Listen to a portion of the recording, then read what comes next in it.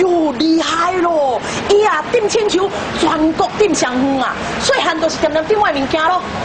楼顶点落楼卡？不是，是楼卡点去楼顶。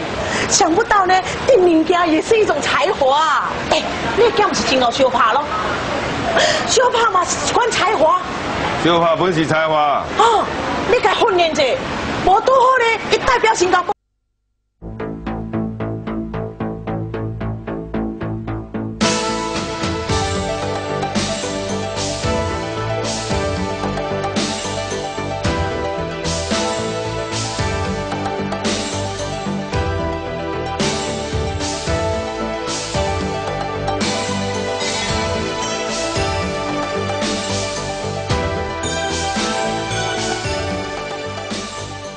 One actually cannot get away with borrowing and borrowing and borrowing, and hence the need for prudent government spending in all its aspects.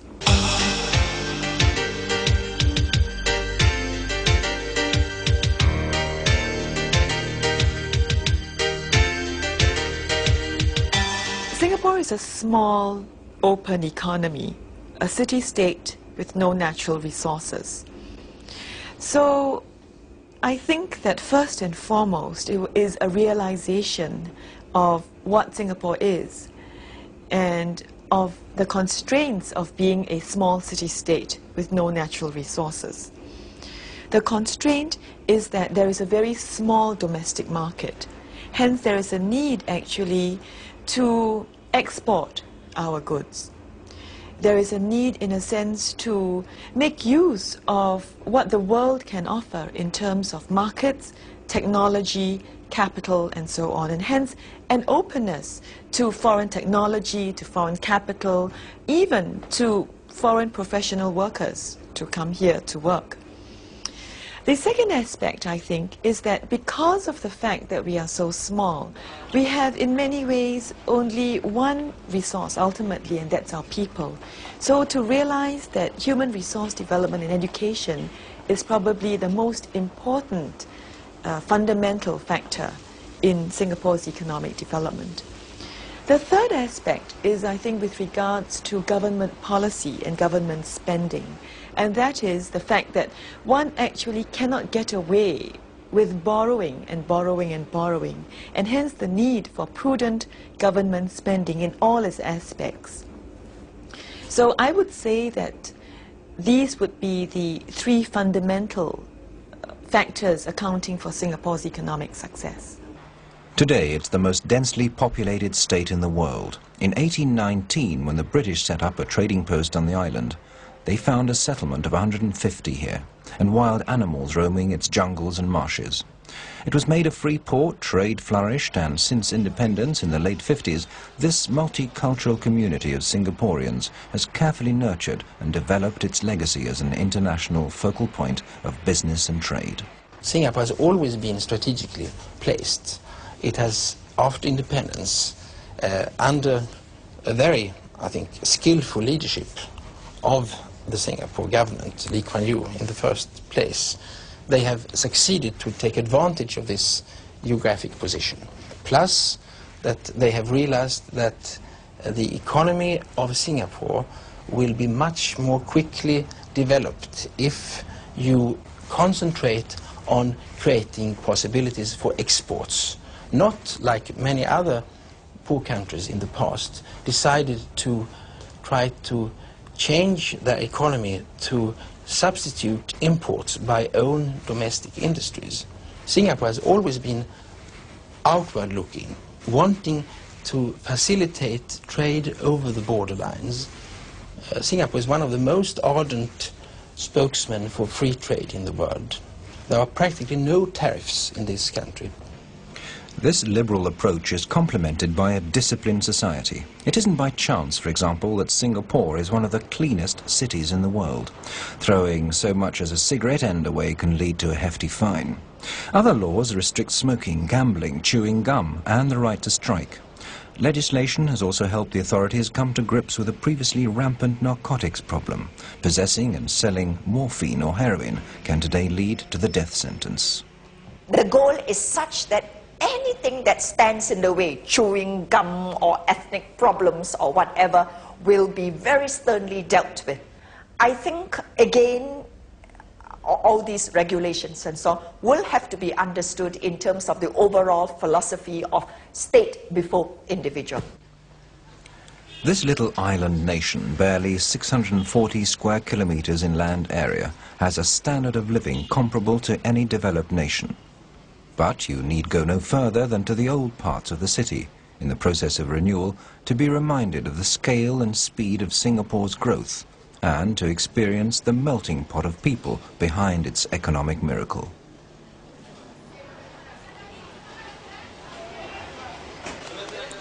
Over 75% of Singaporeans are Chinese, 15% Malays, and about 7% Indians. But there are also some 60,000 ethnic Arabs, Japanese, as well as Europeans. They display an energy and work ethic that's all the more remarkable when you remember that Singapore is in the humid tropical belt with average daytime temperatures of up to 30 degrees Celsius. Singaporeans are said to be the only peoples in equatorial areas to dispense with a siesta after lunch, with some exceptions, of course.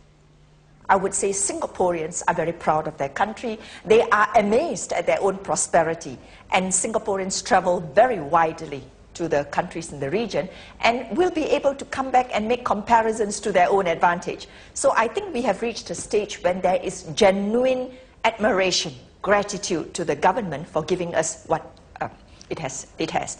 But, now this is a big but here. I think that in terms of material prosperity, there is just no question about Singapore's success and well-being and so on. But that's the other side. The less tangible things, the things that are less quantifiable, you know, more qualitative. So when it comes to things like, are Singaporeans extremely happy? Do they have a sense of identity, right? A multi-ethnic society? Is there this total cohesion that makes everybody happy? Now, there are still, I think, question marks. For example, there is the flip side of our material prosperity. Has it thrown up a whole generation of Singaporeans who are selfish, materialistic, mindless of tradition, who are very self-centered, in fact, who are beginning to be called ugly Singaporeans? We don't want to use this term too much, right? But there is a certain trait, for example, that we have begun to identify in ourselves. And it is not a very attractive trait, I'm afraid. It is this grasping, totally materialistic quality that makes Singaporeans very calculating, over-pragmatic, maybe not too adventurous, a little bit closed, a little bit reluctant to take risks, and certainly very jealous of their own self-interest. Right? We are told that this happens in all societies, you know, but this is something that certainly worries us a little.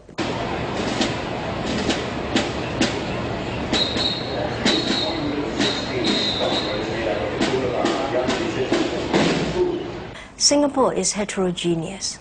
I think because of the existence of Chinese, Malays, and Indian, and many religions, Buddhism, Christianity, Islam, Hinduism, you will find that these could be possible sources of tension and conflict, and minority issues could always surface. And certainly some minority parties that choose to build their support on a minority vote have used religion, language in the past, and sometimes do raise this now and again to win votes.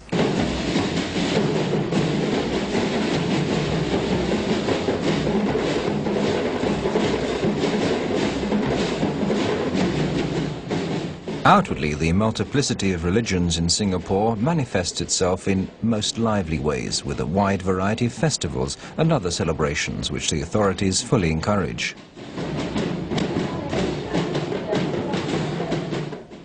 By far the most dominating religions are Taoism and Buddhism, but that doesn't stop people joining in each other's celebrations, such as the Christian New Year, as we see here.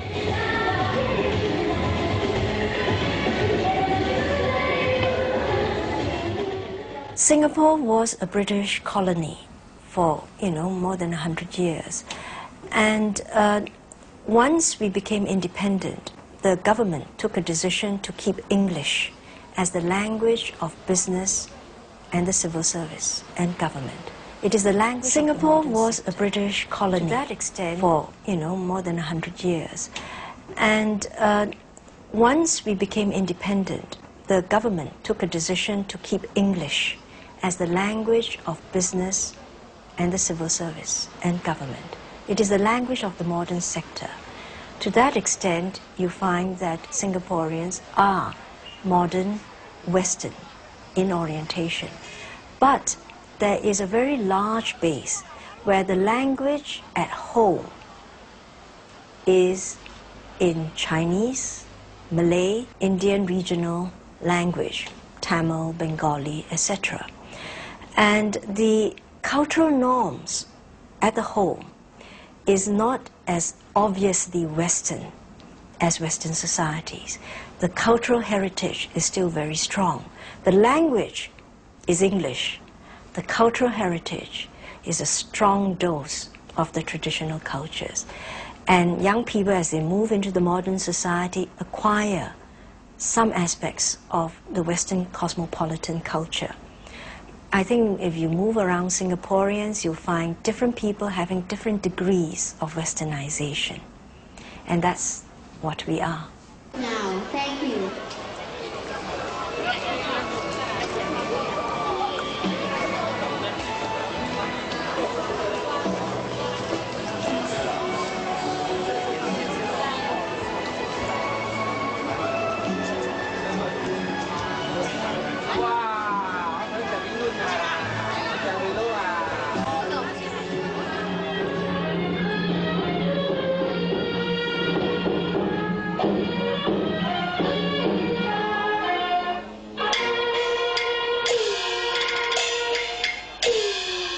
Each ethnic group is encouraged to go on its own. So you have the Chinese being encouraged to celebrate Chinese New Year, for example, in a big way. There are the Chinese villages. You would have seen a number of them. The Indian, similarly, the Indian villages, Malay villages, and so on. So each ethnic group is encouraged to celebrate. Now, of course, there has been this fear, which has been voiced publicly, that if you encourage them to go separately culturally, you could actually be sowing the seeds of future disunity. But the government feels that this is just one level of Singapore life. If above this, there is unity based on respect for each other, based on a shared economic prosperity, it need not be too bad a thing. So the kind of culture that we are evolving would have to be double layered. The top, shared by all, with the common language being English, really. You know, we communicate with each other in English, even among the Chinese themselves. And this would be, I suppose, bound to Western technology. It would be, in many ways, influenced by the West. And then below this, below, but not necessarily subservient to it, would be the development of our own ethnic cultures. Will these two be synthesized and integrated? We are not quite sure. But if they coexist, that's good enough. A 1-kilometre-long causeway links Singapore to mainland Malaysia. Like Singapore, Malaysia is multi-ethnic and multi-religious, with Malays in the majority, coexisting with Chinese, Indians and other groups. Malaysia is relatively well off and its economy is booming, but that's where the similarity ends and the contrasts begin. Malaysia's population is almost 6 times that of Singapore's, spread over a land area 500 times the size of Singapore's. It has important natural resources, tin, rubber and oil, as well as a growing agricultural sector.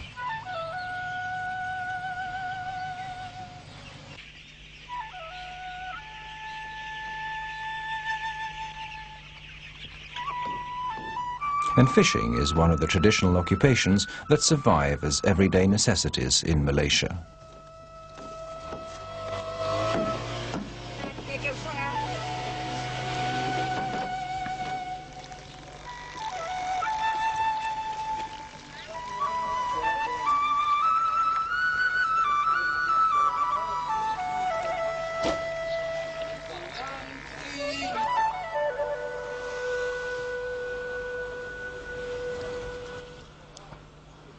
Meanwhile, just 8 kilometers south across the causeway, you have access to one of the most modern urban transport systems in the world.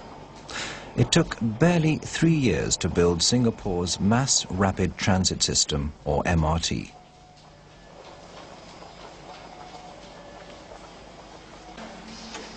Covering 67 kilometers of track and 42 stations, the system services a large chunk of Singapore's suburbs with their characteristic self-contained housing estates. Satellite towns which, while improving people's living conditions, have also changed traditional patterns of Asian family life. The MRTs relieved congestion in the city centre, part of which is restricted to traffic during peak travel hours. Improving the infrastructure is one way of optimizing resources, another is education. Because human resource development is so important to us, that a lot of emphasis has been placed on education. In the 1960s and the early 1970s, the emphasis was on primary education, and that was really to educate a large mass of people, and especially the young people. Then when that was largely fulfilled by about the early to the mid-70s, the emphasis then switched to secondary education and then also to technical education. Now, in the late 1980s and the early 1990s, the emphasis is on tertiary education, more specialist education, and so on, and hence we find that we are now going to have 3 universities, where 10 years ago we only had 1. The political leadership over the last 25 to 30 years have given emphasis to supporting those who are able. In other words, if you have the ability, more should be given to you. Resources should be spent on you. This is because Singapore is seen to be a country that is very small, with 2.7 million people, 3 million including visitors, the transients. Resource is of the highest premium, so we must develop this human resource. At the same time, while saying that we believe that those who are able should be helped, I think Singapore also helps those who are less able. We draw a bottom line. Resources are spent on creating a viable and a good school system, education system, to help those who are not as quick in learning. But the question is whether one should neglect those who are able, because one is afraid of stepping out and of appearing to be elitist. I think in Singapore, we believe in helping those who are able. It is meritocracy rather than elitism.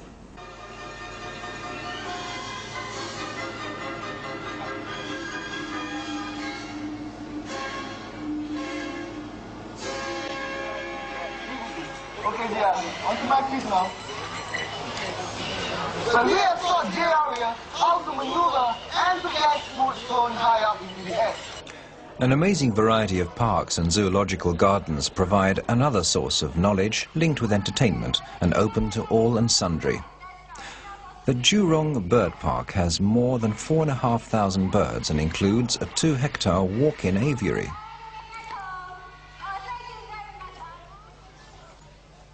It's amazing how adaptable polar bears can be, isn't it? As for the apes, well, life here is just one big party.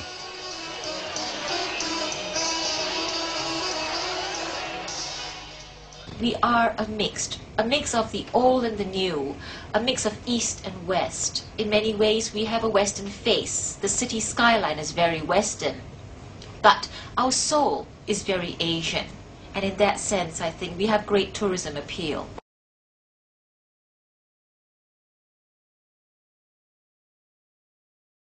Tourism appeal. The underwater world offers further evidence of the Singaporeans' skill at reproducing natural environments in limited space, providing easy access for visitors. This zoo of marine life, complete with man-eating predators, is one of the many attractions on the little resort island of Sentosa, 1 kilometre or so offshore and jam-packed with attractions. You're under the water here, viewing 400 species of marine life from below, but remaining safe and dry within a transparent tunnel. Chinese history, tradition, mythology and more are all on display at the Hao Pa Villa Park, with several theatres, lavish audio-visual presentations and adventure playgrounds. Up the road, a whole era of China's history has been reproduced, an entire 12-hectare village from the Tang dynasty. Attractions such as these are of interest not only for the locals, but for the over 5 million foreign tourists who come to Singapore annually. Tourism is an important contributor to Singapore's economy. 1 in every 12 people in Singapore work in the tourism-related industry. Singapore's tourism receipts contribute to over $7.6 billion, Singapore dollars that is, to our GDP. Singapore must have the biggest number of golf courses in relation to land area in the world. The Raffles Club, named after the man who got it all going in Singapore, is one of 6 with 18 holes. The limited land area here hasn't prevented the spread of leisure centres, with the most ingenious solutions being applied to create space. In terms of why we run or why we have luxury hotels, I think that's more to do with the people. We are able to have a service within Asian hotels which is considered far superior to many other places in the world. The concentration and the number of people we actually employ in each hotel is far higher than it would be in many other international destinations, and the cultures lend themselves very well to the creation of a most excellent standard, particularly in terms of the service standards. The Raffles Hotel has become a legend among hotels, frequented by royalty, diplomats, as well as writers such as Hemingway, Conrad, Kipling and Morn. The hotel was recently fully restored to its original shape. The hotel actually started as a little bungalow house with about 10 rooms in 1887, and by 1915 all the wings were added and completed. The demand does not lie only in the suites. We only have 104 suites, but there are so many other facilities that guests can enjoy to just have a feel of Raffles Hotel. And that could be just having a drink, having a Singapore sling at the long bar or the bar and billiard room. It could be having a meal at the courtyard here, or the tiffin room for tiffin curry. So it's not just confined to the suites alone. Fast, comprehensive and reliable air links with the outside world are a prerequisite for a society such as Singapore's. Today it has one of the very best airports in the world, and its carriers, Singapore Airlines, along with neighbouring Thai Air, are among the few national air carriers still returning regular profits. Well, I think the European airlines have a problem with the cost of staff in relation to their total operating cost. And in our case, our share of personnel cost in relation to our total operating cost is approximately only half of that of the European carriers. This is where it all started, Singapore Harbour, a focal point on the world's ocean trade routes. Among the busiest in the world in terms of tonnage and a major point of transshipment. A free port on a platform of free trade.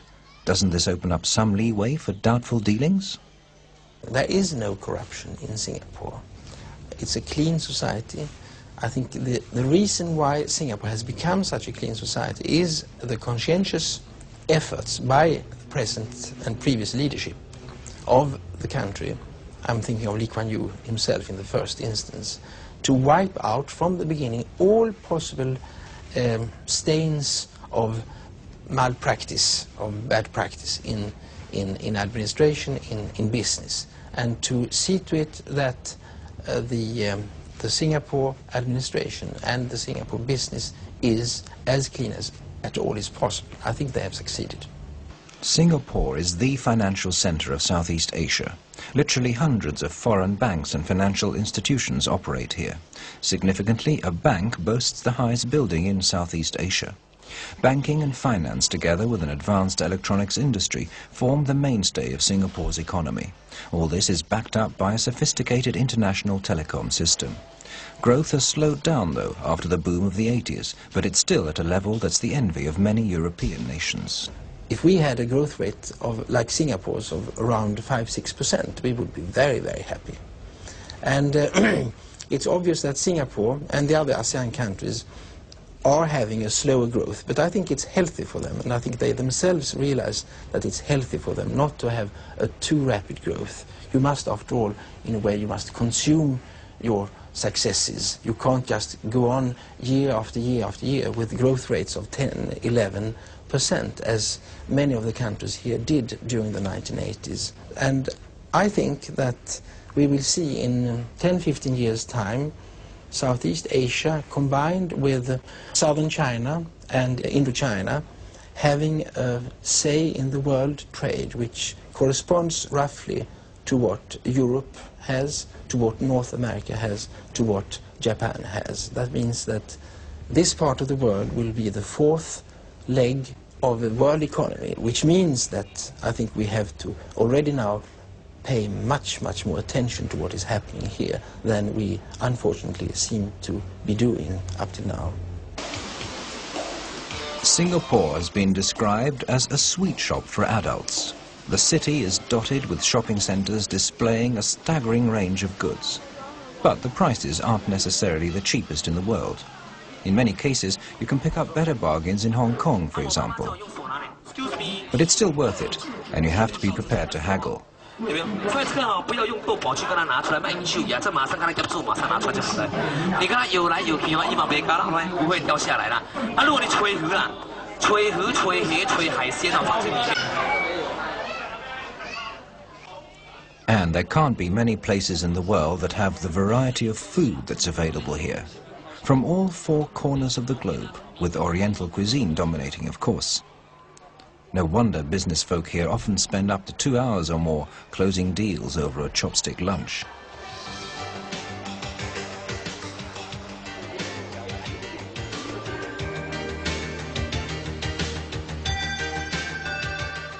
The streets of Singapore are safe places, day or night. Singaporeans can enjoy their city. Incomes are good, unemployment is low, and life expectancy is today among the highest in the world. I think the remarkable thing about Singapore is that the political leadership has always gone to the people, treated them as rational people, to say, this is the way we should do things, because these are the reasons. You have a recession, we must do these. People listen and say, yes, we have a recession. You must cut back on salary. There's no point killing the goose that lays a golden egg. But no individual is completely satisfied, you know. Press him or her, and there'll be something that they would want more. I think Singaporeans are just like that. It is not bread and butter now. It is what kind of jam you're going to have.